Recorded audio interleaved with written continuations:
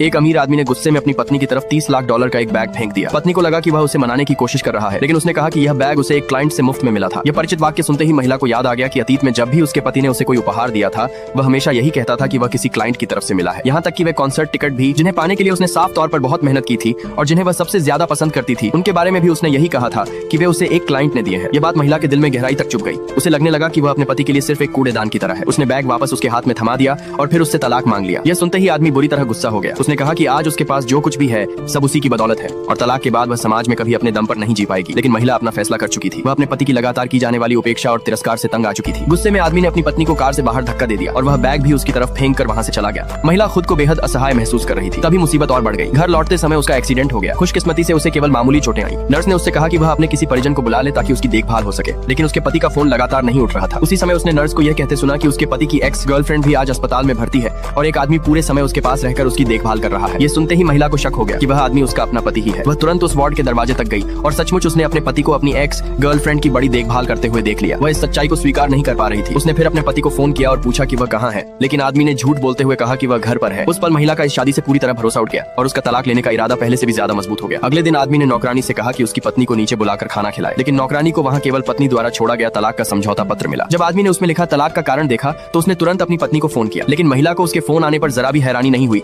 क्योंकि उसने तलाक का कारण लिखा था कि उसका पति नपुंसक है। दरअसल वह हमेशा अपने पति के साथ एक बच्चा चाहती थी, लेकिन हर बार उसके पति ने उसे ठुकरा दिया था। इसलिए उसने सलाह दी कि वह अस्पताल जाकर अपनी जांच करवा ले ताकि भविष्य में अपनी नई साथी के साथ उसे वैवाहिक जीवन में कोई परेशानी न हो। ये सुनते ही आदमी आग बबूला हो गया और गुस्से में मेज पर रखी सारी चीजें उठाकर तोड़ फोड़ दी।